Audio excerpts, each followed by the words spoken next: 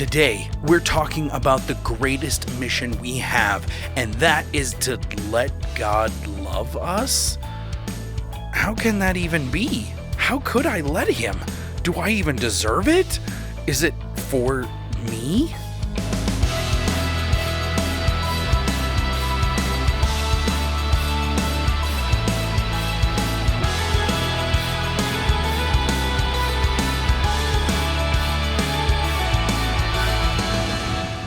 I'm Jared, and thank you so much for spending some time with me today. Today, I really want to cover this idea that the greatest mission that we have really is to just let God love us. Where is that in the Bible there, Jared? Well, let's take a look at it. 1 John 4:19, and it says, "We love because he first loved us." The beginning of everything in the martyr life is knowing that I am is present with us, loves us dearly from the beginning of time. It says that he first loved us. And if you look at that word for first, it means like from the beginning. It's at the beginning of it all.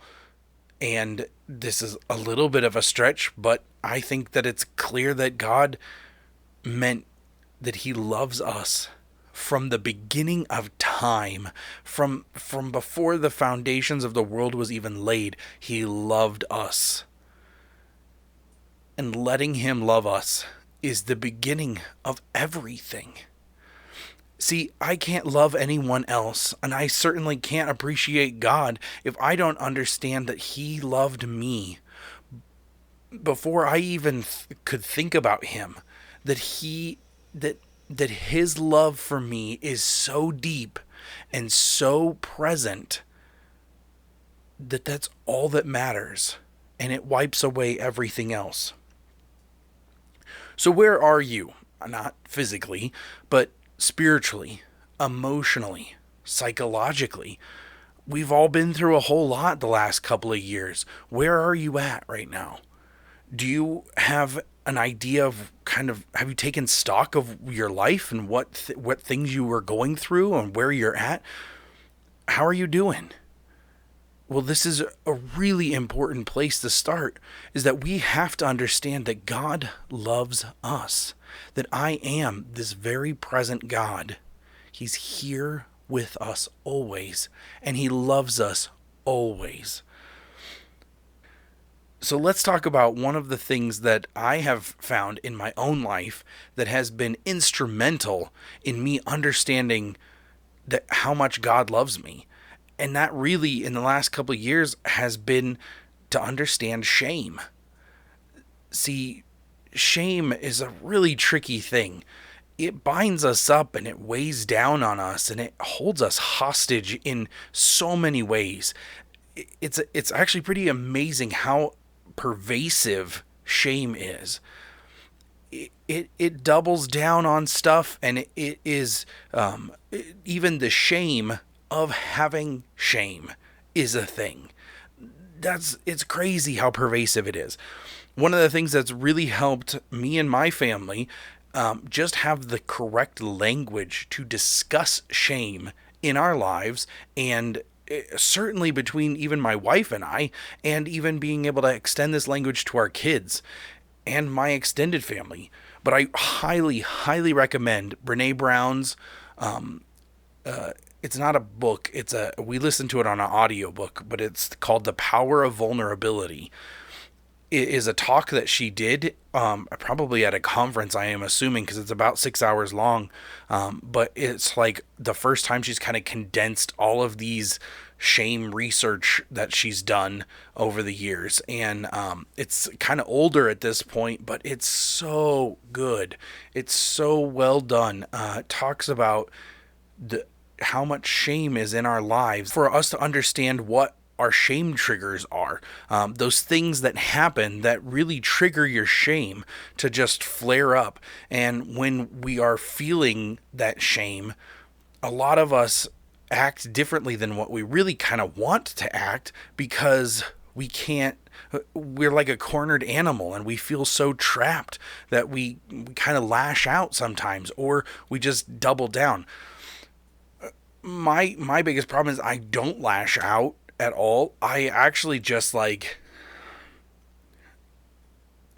double down on myself, and I get extremely negative towards myself. I wallow in that shame, and I let it drown me a little bit. And sometimes, if I'm going to be really honest, a lot of it, that shame has weighed on me so heavy, and I haven't understood how much that shame has impacted my life. I haven't understood how that's impacted my relationships with my wife, with my kids, with my friends.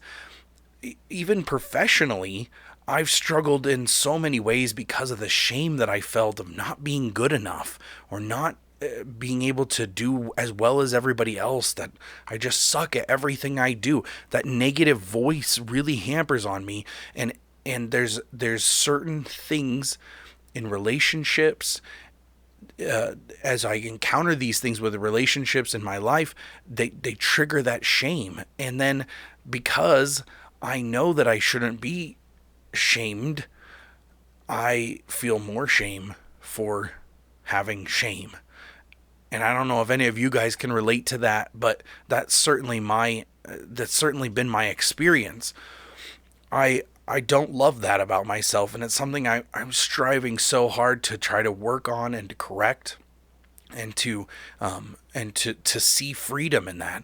And because I've been able to start digging up some of that shame, and being able to have a safe space with my wife, with some of my friends, my extended family, being able to have some of those conversations has been able to free up the shame, to get it off of my back enough to then be able to understand how much God loves me. And so, in my favorite verse, and I think the most important verse of all in the whole Bible, if I had to pick one, this is the one I would pick. It says that while we were still sinners, Christ died for us. In that, while we were at our lowest point, while we were in our most worthless, that is the point that Christ died for us. Not when we're at our best, not when we are being the greatest that we've ever done, not in our greatest successes, but in the wallowiest, that's a word, in that place where you're in the muck and in the mire, and you're drowning in the worthlessness and the shame, and just the pit of despair. That is where Christ died for us. Not because in that moment we had anything great to offer him. We just have our own lives. That's all we have to offer him. And to him, that's everything. That's the most valuable thing that there is. To him, your life is the greatest prize that there is, because he counts you as valuable. It's not that we're deserving of that, but that he offers it because he finds value in something that I oftentimes don't see value in, but he does. And it's utterly amazing. While we were at our lowest, Christ died for us. He demonstrates his love by reaching down to us at the lowest point that we are. And he says, let's knock off all of this shame, because you are worth it.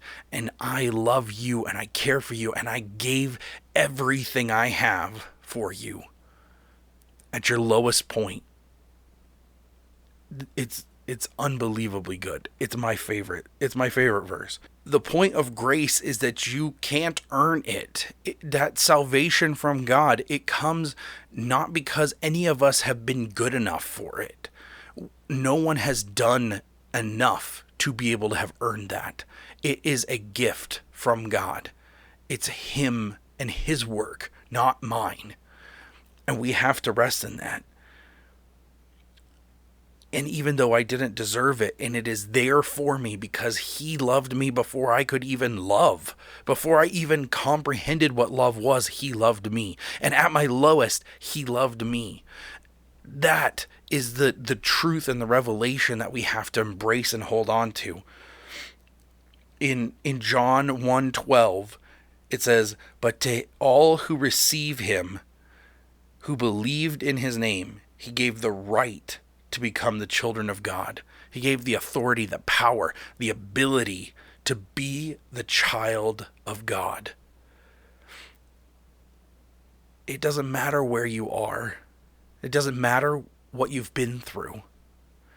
It doesn't matter what your plans have been up to this point, who you wish you were. It doesn't matter what you've missed out on and where you could have gone but didn't. It doesn't matter on any of the shoulds. What matters is that God sees you. He knows you. He loves you, even at your worst. He gave everything for you at that point. And he gave you the right to be called a child of God. And all we have to do is just believe that. It's amazing. Our greatest mission is to just let God love us. All we have to do is just say, okay, I accept that love. I don't deserve it. I shouldn't have it. But because you deemed me worthy of that, because you want to give it to me, I don't want to look down on that. Because you loved me, I can love too. That love is like a cool rain on a hot day. And I don't know if you, wherever you are, but in Colorado, it can be a hot summer. It's a dry heat, but it's a hot summer. And when you get that one real nice thunderstorm that passes through and it just cools everything off, oh, it's so good. And that is our hearts, the shame, the heat of the shame in our lives. Let this love just pour over you and just wash that away. It's so beautiful. And our hearts, they get so hard. We've carried so many burdens and we've struggled so much over different relationships and damage that's been done to us. We have to let go of that and let that rain, let that smooth, cool water wash away our hard hearts, and to be able to breathe again and to be vibrant again, to be wholehearted again, because God loves us even at the lowest point that we are. In the brokenness, he loves us. He knows that we're broken. It's not a surprise to him. He knows that, and he loves us anyway. So even when it doesn't feel like it, we have to hang on to that, and you have to just trust in that as a truth that you see, that you hold on to, that you never let go of. God loves you even at your lowest. And if at your lowest point, you just keep saying that to yourself over and over again until it just becomes a strength inside of you, that is living the martyr life right there.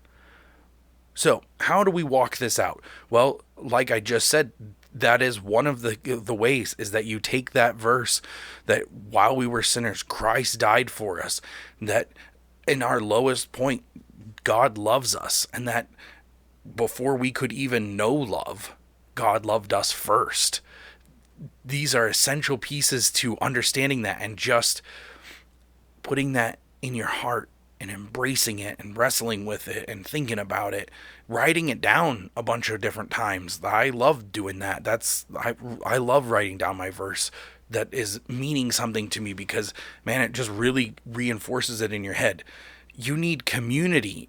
We have to be around people who will challenge us and push us to grow, but not just challenge us to be jerks about it, but because they love us and they want to see us grow.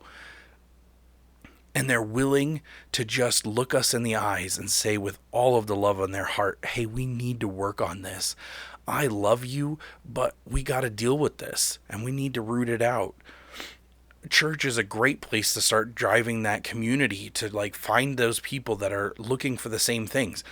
I highly recommend finding a good church that you can plug into, that you can build some good relationships with people. Find a small group of some kind that is centered around the things that you enjoy, that you love, and that way you can kind of connect with those people and find those good relationships. Some of us need to go see a therapist. I highly recommend that. If that's something that you're even considering, like, do that. Whatever you need to do to be able to help heal that heart, I highly recommend taking those steps. The sooner we can let go of this hard-heartedness, the better off we are. Let's be wholehearted. Let's get rid of shame in our lives. Let's embrace that God loves us no matter what. There's also a lot in just praying and just saying, God, I want to know more about this. I want to know you better. I want to let go of this shame in my life. Reveal to me where is this shame happening? How can I walk away from this? Show me your freedom. Tell me how much you love me. Show me your love so that I can love others. I want to know you better. Reveal yourself to me more and more. It's a beautiful thing, and that's a relationship that you have to cultivate with him, because he's I am, and it's all about the relationship. It's not about crazy deep prayers or the right words for stuff. It's about just having that conversation and that relationship. That is what I am is all about. He wants that relationship. And speaking of relationship, I appreciate you hanging out with me today, stopping by to visit. I really value and honor your time. Thank you so much for stopping by. Never forget, you are not alone. And welcome to the Martyr Life.